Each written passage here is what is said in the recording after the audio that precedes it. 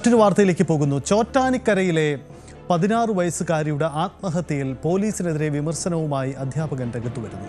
Case police വേണ്ട രീതിയിൽ അന്വേഷിച്ചില്ലെന്ന് അധ്യാപകൻ ബിജു KS പറയുന്നു. പെൺകുട്ടിക്ക് കൊറിയൻ ബന്ധമുണ്ടെന്ന് കരുതുന്നില്ല. എന്നാൽ മറ്റൊരുപാട് കുട്ടികൾ കൊറിയൻ ഭ്രമത്തിൽ വീണിട്ടുണ്ട്. അവരെ ബോധവൽക്കരിക്കണമെന്നും അധ്യാപകൻ ആവശ്യപ്പെട്ടു. ഞാനത് വിശ്വസിക്കുന്നില്ല. ഞാനത് ആദ്യത്തെ ദിവസം തന്നെ ഈ കുട്ടി മരിച്ച 27-ാം തീയതി തന്നെ അത് അങ്ങനെ ഒരാളുണ്ടാവാനുള്ള സാധ്യത വളരെ കുറവായിരിക്കും എന്ന് വിചാരിച്ചിരുന്ന ഒരാളാണ്. ഞാനത് ഞങ്ങളുടെ കൂടെ ഉള്ള സ്റ്റാഫിൻ്റെ അടുത്തൊക്കെ പറയുകയും ചെയ്തിരുന്നു. എന്നുവെച്ചാൽ ഒരുപാട് ഫേക്ക് അക്കൗണ്ട്സ് നമ്മൾ കാണുന്നതാണല്ലോ. അപ്പോൾ ഫേസ്ബുക്കിലായാലും ഇൻസ്റ്റയിലായാലും ഒക്കെ അത്തരത്തിൽ ഒരുപാട് ഫേക്ക് അക്കൗണ്ടുകൾ ഉണ്ടാക്കി വെച്ചിട്ട് അവർ തന്നെ അവരുടെ മെയിൻ അക്കൗണ്ടിൽ പോയി കമൻറ്റ് ചെയ്ത് അങ്ങനെയൊക്കെയുള്ള മാനസികാവസ്ഥയുള്ള ഒരുപാട് പേരുണ്ട്. അവരുടെ അക്കൗണ്ടിൽ ഒരു പോസ്റ്റ് ഇട്ടിട്ട് ഒരു മെയിൻ അക്കൗണ്ട് ഉണ്ടാവും. ആ മെയിൻ അക്കൗണ്ടിൽ ഒരു പോസ്റ്റ് ഇട്ടിട്ട് ഈ ഫേക്ക് അക്കൗണ്ട് പോയിട്ട് അതിനകത്ത് പോയിട്ട് കമൻറ്റ് ഇടും. അങ്ങനെയൊക്കെ ചെയ്യുന്ന ആളുകളൊക്കെ നമുക്കറിയാം. കുട്ടികളൊക്കെ ഉണ്ട്, അങ്ങനെ നമ്മൾ പ്രായമായവരെല്ലാം ഉണ്ട്. അപ്പോൾ അതുകൊണ്ട് തന്നെ ഇതൊരു അങ്ങനെ ഒരു സാധ്യത, ഇപ്പോൾ കൊറിയയിൽ ഒരാൾ വന്നിട്ട് ഇവിടെ വന്ന് പ്രേമിക്കുക എന്നൊക്കെ പറയുന്നത് ഇമ്പോസിബിൾ ആയിട്ടുള്ള കാര്യമാണ് എന്ന് നമ്മൾ മനസ്സിലാക്കിയിരുന്നു. അപ്പോൾ അതുകൊണ്ട് തന്നെ ഇതിൻ്റെ കൃത്യമായ ഒരു അന്വേഷണം നടക്കണമെന്നും ഇത് കൃത്യമായ രീതിയിൽ അന്വേഷിച്ച് ഇതിൻ്റെ പുറകിൽ ആരാണെന്ന് കണ്ടുപിടിക്കേണ്ടത് വളരെ അത്യാവശ്യമാണെന്നും ഉള്ളതാണ് ഞാനൊക്കെ അന്നെടുത്തൊരു സ്റ്റാൻഡ്. കഴിഞ്ഞ മാസം 27-നാണ് പെൺകുട്ടിയെ പാറമടയിൽ മരിച്ച നിലയിൽ കണ്ടെത്തിയത്. കുട്ടിയുടെ ഫോൺ പോലീസ് പരിശോധിച്ചെങ്കിലും കൊറിയൻ ആൺസുഹൃത്തിനെ കുറിച്ച് വിവരമൊന്നും ലഭിച്ചിട്ടില്ല. നവമി ദിനേശ് നമുക്കൊപ്പം ചേരുന്നുണ്ട്. നവമി, ഈ സംഭവമുണ്ടായതിന് തൊട്ട് പിന്നാലെയാണ് കൊറിയൻ ബന്ധം, പ്രത്യേകിച്ച് ഈ കേരളത്തിൽ ഈ ജെൻസി കുട്ടികളിൽ കൊറിയൻ പ്രേമം അത് വലിയ രീതിയിലുണ്ട്. കൊറിയൻ ഭക്ഷണത്തോട്, കൊറിയൻ സംഗീതത്തോട്, കൊറിയനിലെ പ്രധാനപ്പെട്ട സമൂഹ മാധ്യമ താരങ്ങളോടൊക്കെ ഒരു വലിയ തരത്തിലുള്ള പ്രേമം അവർക്കുണ്ട് എന്ന വലിയൊരു കണ്ടെത്തലുണ്ട്. ഈ കുട്ടിയും മരണത്തിനിടയാച്ചതും അത്തരമൊരു സംഭവമാണ്. കൊറിയൻ സുഹൃത്തിൻ്റെ മരണം, അതിൽ മനംനൊന്ത് താൻ ആത്മഹത്യ ചെയ്തു എന്നൊരു കണ്ടെത്തലിലേക്ക് ഈ കുട്ടിയുടെ മരണകാരണമായി അത്തരം ചില കാര്യങ്ങൾ പുറത്തു വന്നിരുന്നു. പക്ഷേ പോലീസിന് അത്തരം തുമ്പുകളിലേക്കൊന്നും എത്താൻ കഴിഞ്ഞിട്ടില്ല. ഈ അധ്യാപകൻ പറയുന്നത് പോലെ തന്നെയാണോ പോലീസിനെയും കണ്ടെത്തൽ? സജിത്ത്, പോലീസിനെതിരെ കുടുംബവും നേരത്തെയും രൂക്ഷമായിട്ടുള്ള വിമർശനം ഉന്നയിച്ചു. പോലീസിന്റെ അന്വേഷണത്തിൽ തൃപ്തരല്ല എന്നാണ് കുടുംബം പറഞ്ഞത്. അതേ കാര്യം തന്നെ ആവർത്തിക്കുകയാണ് അധ്യാപകനായിട്ടുള്ള ബിജു.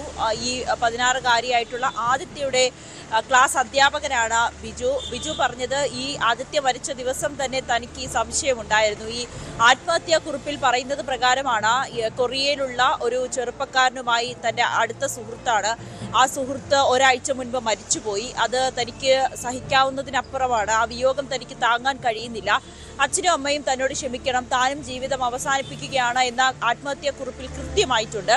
പക്ഷേ അധ്യാപകനടക്കം പറയുന്നത് അങ്ങനെ ഒരു കുട്ടിക്ക് എങ്ങനെയാണ് ഒരു കൊറിയയിലുള്ള ഒരു യുവാവുമായി ഈ കുട്ടി എങ്ങനെയാണ് ബന്ധം സ്ഥാപിച്ചത്? അങ്ങനെ ഒരു യുവാവുണ്ടോ? ആ യുവാവിൻ്റെ അക്കൗണ്ട് അടക്കം പരിശോധിക്കേണ്ടതല്ലേ? അതോ മറ്റേതെങ്കിലും തരത്തിലുള്ളൊരു ചതിക്കുഴിയിലേക്കാണോ പെൺകുട്ടി വീണത് എന്നൊരു സംശയമാണ് ഇപ്പോൾ അധ്യാപകൻ ഉന്നയിക്കുന്നത്. കുടുംബവും സമാനമായ രീതിയിലുള്ളൊരു സംശയം ഉന്നയിച്ചിരുന്നു. പോലീസിലേക്ക് ഇവരൊരു ആരോപണം ഉന്നയിക്കാൻ കാരണം ഈ ആത്മഹത്യാ കുറിപ്പ് കണ്ടെത്തി അതിനപ്പുറത്തേക്ക് ഈ പെൺകുട്ടിയുടെ ഫോൺ പരിശോധിച്ചതിൽ നിന്നും അങ്ങനെ ഒരു കൊറിയൻ യുവാവിനെ കുറിച്ചോ അല്ലെങ്കിൽ അത്തരത്തിലുള്ള ചാറ്റുകളോ ഒന്നും തന്നെ കണ്ടെത്താൻ കഴിഞ്ഞില്ല എന്നാണ് പോലീസ് പറയുന്നത്. പക്ഷെ അതിൽ തന്നെ കുടുംബം സംശയിക്കുന്നത്, അങ്ങനെ ഒരു കൊറിയൻ സുഹൃത്തില്ലെങ്കിൽ പിന്നെ എന്തിനാണ് തൻ്റെ മകൾ ഇങ്ങനെ ഒരു ആത്മഹത്യാ കുറിപ്പ് എഴുതി വെച്ചുകൊണ്ട് മരിക്കുന്നതെന്നാണ്. പോലീസ് അന്വേഷണം കൃത്യമായി തന്നെ മുന്നോട്ട് പോകുന്നില്ല. ഈ അക്കൗണ്ടിന്റെ ആധികാരികത പരിശോധിക്കേണ്ടതുണ്ട്, അല്ലെങ്കിൽ ഈ കുട്ടിയുമായി ബന്ധപ്പെട്ട ആളുകളെ ചോദ്യം ചെയ്യേണ്ടതുണ്ട്. ഇതിലൊന്നും തന്നെ പോലീസ് മുതിർന്നില്ല എന്നാണ് കുടുംബം ആരോപിക്കുന്നത്. അധ്യാപകനും അത് തന്നെയാണ് പറയുന്നത്. ഈ കുട്ടിയുടെ അക്കൗണ്ടിൽ, അതായത് മരിച്ച ആദിത്യയ്ക്ക് ആകെ 12 ഫോളോവേഴ്സ് മാത്രമേ ഉണ്ടായിരുന്നുള്ളൂ. ആദിത്യയുടെ മരണത്തിന് ശേഷം അത് 4-5 ചുരുങ്ങുകയും ചെയ്തു. അതിൽ ഒരാണ്, അതായത് ഈ യുവാവ് എന്ന് പറയപ്പെടുന്ന ഒരാളെ മാത്രമാണ് ഇപ്പോഴും ആ അക്കൗണ്ട് ഫോളോ ചെയ്യുന്നത്. അതായിരിക്കുമോ ആദിത്യ പറഞ്ഞ കൊറിയൻ യുവാവ്? അതൊരു കൊറിയൻ പ്രൊഫൈലാണ്.